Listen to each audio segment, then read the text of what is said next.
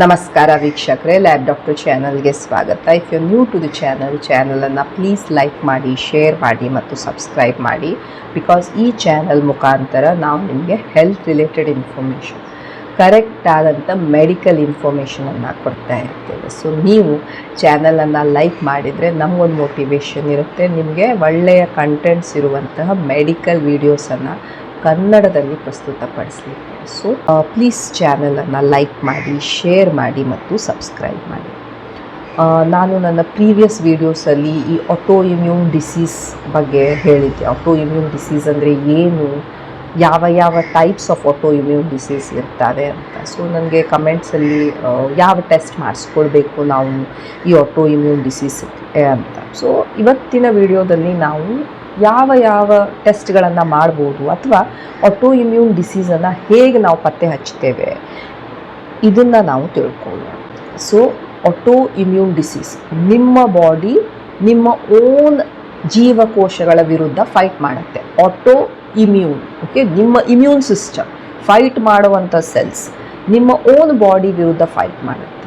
So ಅದು ಯಾವುದೇ ಅಂಗಾಂಗ ಇರ್ಬೋದು, ನಿಮ್ಮ ಚರ್ಮದ ವಿರುದ್ಧ ಫೈಟ್ ಮಾಡ್ಬೋದು, ಸೋರಿಯಾಸಿಸ್, ತೊನ್ನು, ವಿಟಿಲಿಗೋ, ಓಕೆ, ಡರ್ಮ್ಯಾಟೋಮಯೋಸೈಟಿಸ್, ಸ್ಕ್ಲೀರೋಡರ್ಮಾ, ಇವೆಲ್ಲ when the body fights against its own skin cells. Okay, so ಸ್ಕಿನ್ನಿನ ಅಗೇನ್ಸ್ಟ್ ಫೈಟ್ ಮಾಡ್ಬೋದು, ನರಗಳ ಅಗೇನ್ಸ್ಟ್ ಫೈಟ್ ಮಾಡ್ಬೋದು, ನರ್ವ್ಸಿನ ಅಗೇನ್ಸ್ಟ್, ಮಲ್ಟಿಪಲ್ ಸ್ಕ್ಲಿರೋಸಿಸ್.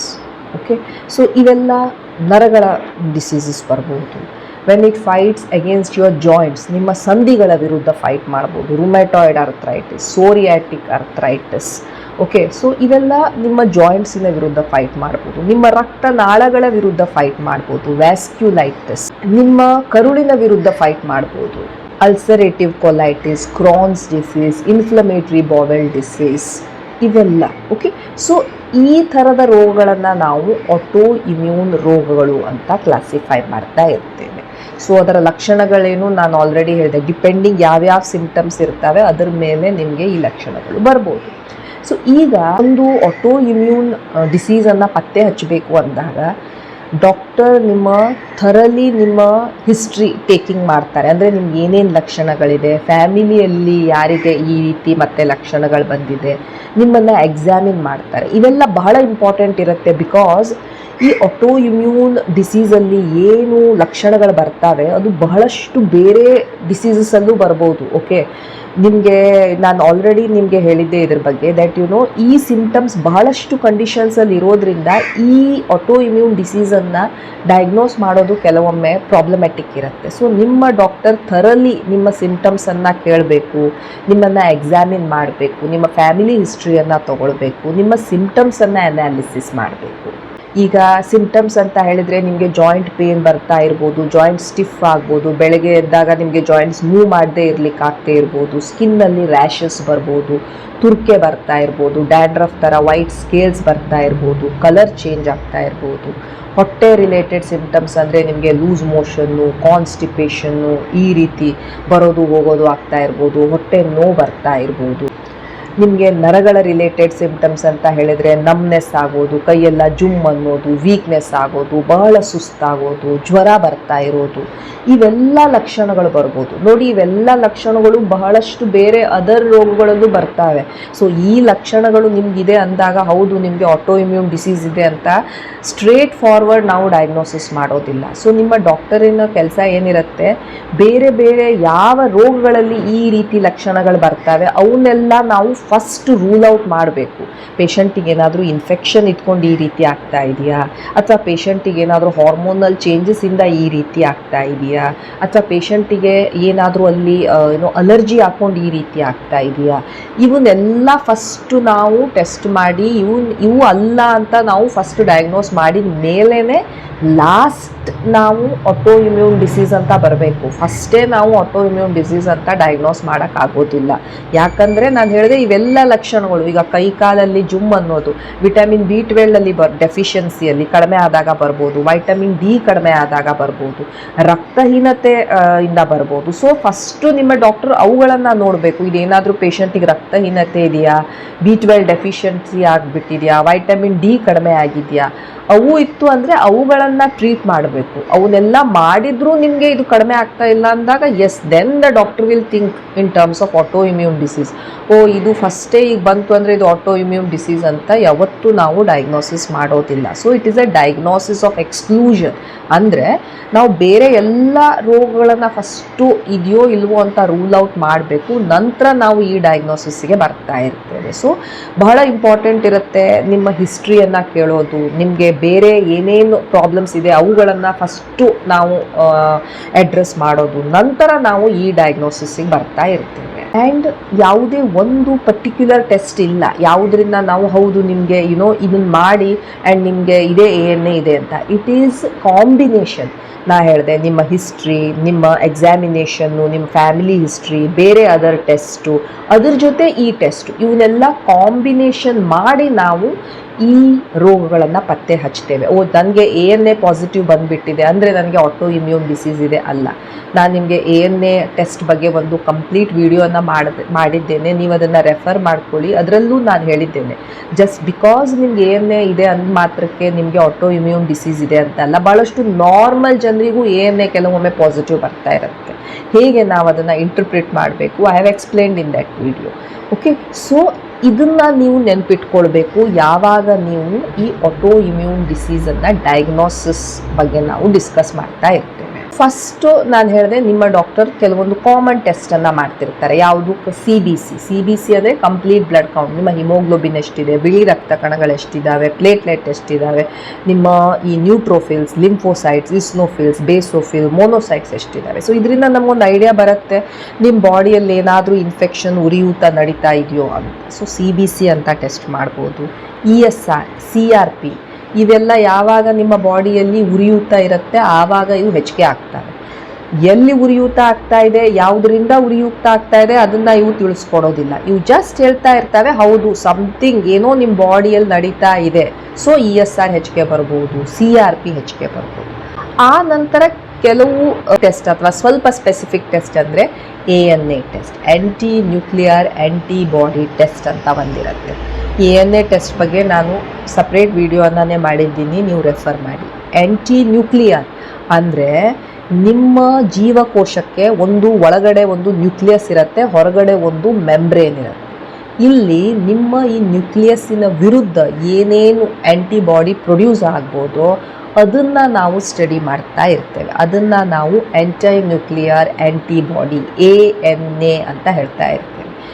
ANA ಬಂತು ಅಂದ ತಕ್ಷಣ ಪೇಷಂಟನ್ನು ನಾವು ಆಟೋ ಇಮ್ಯೂನ್ ಡಿಸೀಸ್ ಅಂತ ಹೇಳ್ತಾ ಇರೋದಿಲ್ಲ. ANA ಬಂತು ಅಂದಾಗ ನಮಗೊಂದು ಐಡಿಯಾ ಕೊಡುತ್ತೆ ಇದು ಯಾವ ಕ್ಯಾಟಗರಿಯಲ್ಲಿ ಬೀಳ್ತಾ ಇರ್ಬೋದು ಅಂತ. ಆ್ಯಂಡ್ ಅದರ ತಕ್ಕ ಹಾಗೆ ನಾವು ಮುಂದೆ ಸ್ಪೆಸಿಫಿಕ್ ಟೆಸ್ಟ್ಗಳನ್ನು ಮಾಡಲಿಕ್ಕೆ ಶುರು ಮಾಡಬೇಕು. Extractable nuclear antigen panel, ENA panel ಅಂತ ಇರುತ್ತೆ. ಅದರಲ್ಲಿ ನಾವು ಸುಮಾರಷ್ಟು 18-20 ಟೆಸ್ಟ್ಗಳ ಒಂದು ಪ್ಯಾಕೇಜ್ ಥರ ಇರುತ್ತದು. ಅದರಲ್ಲಿ ನಾವು ಎಲ್ಲ ಒಂದೊಂದು ರೋಗಗಳಿಗೆ ಒಂದೊಂದು ಸ್ಪೆಸಿಫಿಕ್ ಆ್ಯಂಟಿಬಾಡಿಯನ್ನು ಫೈಂಡ್ ಔಟ್ ಮಾಡ್ತಾ ಇರ್ತೇವೆ. ಸೊ ANA ಬಂದಾಗ, ಪಾಸಿಟಿವ್ ಬಂದಾಗ ನಿಮಗೆ ಲಕ್ಷಣವೂ ಅದೇ ರೀತಿ ಇದೆ, ನಿಮ್ಮ ಡಾಕ್ಟರ್ ಸಸ್ಪೆಕ್ಟ್ ಮಾಡ್ತಾ ಇದ್ದಾರೆ ಅಂದಾಗ ಇದನ್ನು ಸಹ ಹೇಳ್ಬೋದು. ಯಾಕೆ ಟು ಕ್ಯಾಟಗರೈಸ್ ಎಲ್ಲಿ ಆ ಪೇಷಂಟ್ ಯಾವ ಕ್ಯಾಟಗರಿಯಲ್ಲಿ ಬೀಳ್ತಾನೆ ಅಂತ. So that is your extractable nuclear antigen test. Okay, rheumatoid ಅರ್ಥ್ರೈಟಿಸ್ಗೆ ನಾನು ಹೇಳಿದೆ RA ಫ್ಯಾಕ್ಟರ್ ಮಾಡ್ಬೋದು, ಅಥವಾ ನಿಮಗೆ CCP ಭಾಳ ಸ್ಪೆಸಿಫಿಕ್ ಇರುತ್ತೆ ಅದನ್ನು ಮಾಡಿ ನಿಮ್ಮ ಡಾಕ್ಟರ್ ನೋಡ್ತಾ ಇರ್ಬೋದು. ನಿಮಗೆ CT, ಎಕ್ಸ್ರೇ, MRI ಇವುಗಳನ್ನು ಹೇಳ್ಬೋದು. ಇಮೇಜಿಂಗ್ ಸ್ಟಡೀಸ್ ನೋಡಲಿಕ್ಕೆ ಯಾವ ಜಾಯಿಂಟ್ಸ್ ಇನ್ವಾಲ್ವ್ ಆಗಿದೆ, ಇದೇನಾದರೂ ಈ ರೀತಿ ಆಟೋ ಇಮ್ಯೂನ್ ಡಿಸೀಸಸ್ಸಿನ ಕ್ಯಾರೆಕ್ಟರಿಸ್ಟಿಕ್ಸ್ ಇದಾವ ಇದರಲ್ಲಿ ಅಂತ. ಥೈರಾಯ್ಡ್ ಆ್ಯಂಟಿಬಾಡೀಸನ್ನು ಹೇಳ್ಬೋದು. ನಿಮಗೆ ಥೈರಾಯ್ಡ್ ಹಾರ್ಮೋನ್ ಕಡಿಮೆ ಆಗಿದೆ ಅಂತ ಹೇಳಿದಾಗ NT-TPO, NT-TG ಈ ಬ್ಲಡ್ ಟೆಸ್ಟ್ಗಳನ್ನು ಹೇಳ್ಬೋದು. ಸೊ ದ್ಯಾಟ್ ಈ ಕನ್ಫರ್ಮ್ ಮಾಡ್ಕೊಳ್ಳಿಕ್ಕೆ ಇದು Hashimoto, auto immune disease etcetera. Tissue transglutaminase, ನಿಮಗೆ ಸೀಲಿಯಾಕ್ ಡಿಸೀಸ್ ಅಂತ ಸಸ್ಪೆಕ್ಟ್ ಮಾಡ್ತಾ ಇತ್ತು ಅಂದಾಗ ಬ್ಲಡ್ ಟೆಸ್ಟ್ ಟಿಶ್ಯೂ ಟ್ರಾನ್ಸ್ಗ್ಲೂಟಾಮಿನೇಸ್ ಟೆಸ್ಟನ್ನು ಹೇಳ್ಬೋದು. ಕೆಲವೊಂದು ಸಲ ಆ ಟಿಶ್ಯೂವಿನ ಬಯೋಪ್ಸಿಯನ್ನು ಸಹ ಮಾಡ್ಬೋದು. ನಮಗೆ ಅದೊಂದು ಚಿಕ್ಕ ಪಾರ್ಟನ್ನು ತೆಗೆದು ಅದನ್ನು ಸ್ಟಡಿ ಮಾಡ್ಬೋದು to confirm the diagnosis of auto immune disease. So ಇದು ಒಂದು ಆಂಟಿ ನ್ಯೂಕ್ಲಿಯರ್ ಆಂಟಿಬಾಡಿ ANA ಟೆಸ್ಟಿನ ರಿಪೋರ್ಟ್. ಸೊ ಇಲ್ಲಿ ANA ಟೆಸ್ಟ್ ಇಮ್ಯುನೋಫ್ಲೋರೆಸೆನ್ಸ್ ಮೆಥಡ್ ಇಂದ ಮಾಡಿದ್ದಾರೆ. ಇಲ್ಲಿ ಪೇಷಂಟ್ಸಿಗೆ ಪಾಸಿಟಿವ್ ಬಂದಿದೆ. ಟೈಟರ್ ಎಷ್ಟು ಅಂತ ಕೊಟ್ಟಿರ್ತಾರೆ, 1:80, 1:320 ಈ ರೀತಿ ಟೈಟರ್ ಕೊಟ್ಟಿರ್ತಾರೆ. ಯಾವ ಟೈಪ್ ಆಫ್ ಪ್ಯಾಟರ್ನ್ ಅನ್ನ ನೋಡಿದ್ದಾರೆ, ಸ್ಪೆಕಲ್ಡ್, ಹೋಮೋಜಿನಸ್ ಅಂತ ಅವರು ಬರೆದಿರ್ತಾರೆ. ಸೊ ನೀವು ಇಲ್ಲಿ ನೋಡ್ಬೋದು, ಇದು ಸ್ಪೆಕಲ್ಡ್ ಪ್ಯಾಟರ್ನ್ ಅಂತ, ಇದು ಹೋಮೋಜಿನಸ್ ಪ್ಯಾಟರ್ನ್, ಇಲ್ಲಿ mixed pattern, nucleolar pattern, centromere pattern, peripheral pattern. So ಈ ರೀತಿ ಡಿಫ್ರೆಂಟ್ ಪ್ಯಾಟರ್ನ್ಸ್ ಇರ್ತವೆ, ಯಾವುದು ನಮ್ಗೆ ಹೆಲ್ಪ್ ಮಾಡ್ತವೆ ಪತ್ತೆ ಹಚ್ಚಲಿಕ್ಕೆ ಯಾವ ಟೈಪ್ ಆಫ್ ಈ ಆಟೋ ಇಮ್ಯೂನ್ ಡಿಸೀಸ್ ಇರ್ಬೋದು ಅಂತ. ಫಾರ್ ಎಕ್ಸಾಂಪಲ್ ನೋಡಿ, ಇಲ್ಲಿ ಹೋಮೋಜಿನಸ್ ಅಲ್ಲಿ ಇದು SLE ಬರ್ಬೋದು, ಅಥವಾ ಜುವೆನೈಲ್ ಇಡಿಯೋಪ್ಯಾಥಿಕ್ ಆರ್ಥ್ರೈಟಿಸ್ ಅಲ್ಲಿ ಬರ್ಬೋದು, speckled SLE, Sjogren, mixed connective tissue, centromeric pattern CREST ಅಲ್ಲಿ, ಪ್ರೈಮರಿ ಬಿಲಿಯರಿ ಸಿರೋಸಿಸ್ ಅಲ್ಲಿ. ಸೊ ಈ ಡಿಫ್ರೆಂಟ್ ಪ್ಯಾಟರ್ನ್ಸ್ ಈ ತರ ಡಿಫ್ರೆಂಟ್ ಡಿಸೀಸಸ್ ಅಲ್ಲಿ ಬರ್ತಾ ಇರುತ್ತೆ. ANA ಪ್ರೊಫೈಲ್ ಪಾಸಿಟಿವ್ ಬಂದ್ಮೇಲೆ ಪೇಷಂಟ್ಸ್ ಗೆ ಕೆಲವೊಂದ್ಸಲ ಡಾಕ್ಟರ್ ಈ ಎಕ್ಸ್ಟ್ರಾಕ್ಟಿಬಲ್ ನ್ಯೂಕ್ಲಿಯರ್ ಆಂಟಿಜನ್ ಪ್ರೊಫೈಲ್ ಅಂತ ಹೇಳ್ತಾ ಇರ್ಬೋದು. ಸೊ ಇದರಲ್ಲಿ ನಾವು ಇವೆಲ್ಲ ಈ ಟೆಸ್ಟ್ ಗಳನ್ನ ಮಾಡ್ತಾ ಇರ್ತೇವೆ. ನ್ಯೂಕ್ಲಿಯೋಸೋಮ್ಸ್ ಗೆ, ಆಮೇಲೆ ಈ RO52, SCL70, SM, ಮತ್ತೆ SSA, SSB. ಸೊ ಇವೆಲ್ಲ ಪಾಸಿಟಿವ್ ಬಂತು, ಸಪೋಸ್ SSB ಪಾಸಿಟಿವ್ ಬಂತು ಅಂದ್ರೆ ಜಾಗ್ರನ್ ಸಿಂಡ್ರೋಮ್ ಅಲ್ಲಿ, SM ಪಾಸಿಟಿವ್ ಬಂತು ಅಂದ್ರೆ SLE ಅಲ್ಲಿ. ಸೊ ಇವು ಸ್ಪೆಸಿಫಿಕ್ ಇರ್ತವೆ. ಅನ್ಲೈಕ್ ANA ಇದು ಸ್ಪೆಸಿಫಿಕ್ ಇರುತ್ತೆ. ಸೊ ಇಲ್ಲಿ ನೋಡ್ಬೋದು, like AMA M2 primary biliary cholangitis ಇದ್ದಾಗ ಇದು ಬರುತ್ತೆ. ಹಿಸ್ಟೋನ್ಸ್ ಪಾಸಿಟಿವ್ ಇದ್ದಾಗ ಡ್ರಗ್ ಇಂಡ್ಯೂಸ್ ಲೂಪಸ್ ಇರಬಹುದು. ಸೊ ಒಂದು ಪರ್ಟಿಕ್ಯುಲರ್ ಡಿಸೀಸ್ ಗೆ particular specific extractable nuclear antigen profile ಅಂತ ಇರುತ್ತೆ. ಸೊ ಇದು ಸಹ ಲ್ಯಾಬೋರೇಟರಿಯಲ್ಲಿ ಅವೈಲೇಬಲ್ ಇರುತ್ತೆ. ಅಂಡ್ ಒನ್ಸ್ ANA ಪಾಸಿಟಿವ್ ಬಂದಾಗ ಡಾಕ್ಟರ್ ನಿಮ್ಗೆ ಈ ಟೆಸ್ಟ್ ಅನ್ನ ಹೇಳ್ಬಹುದು.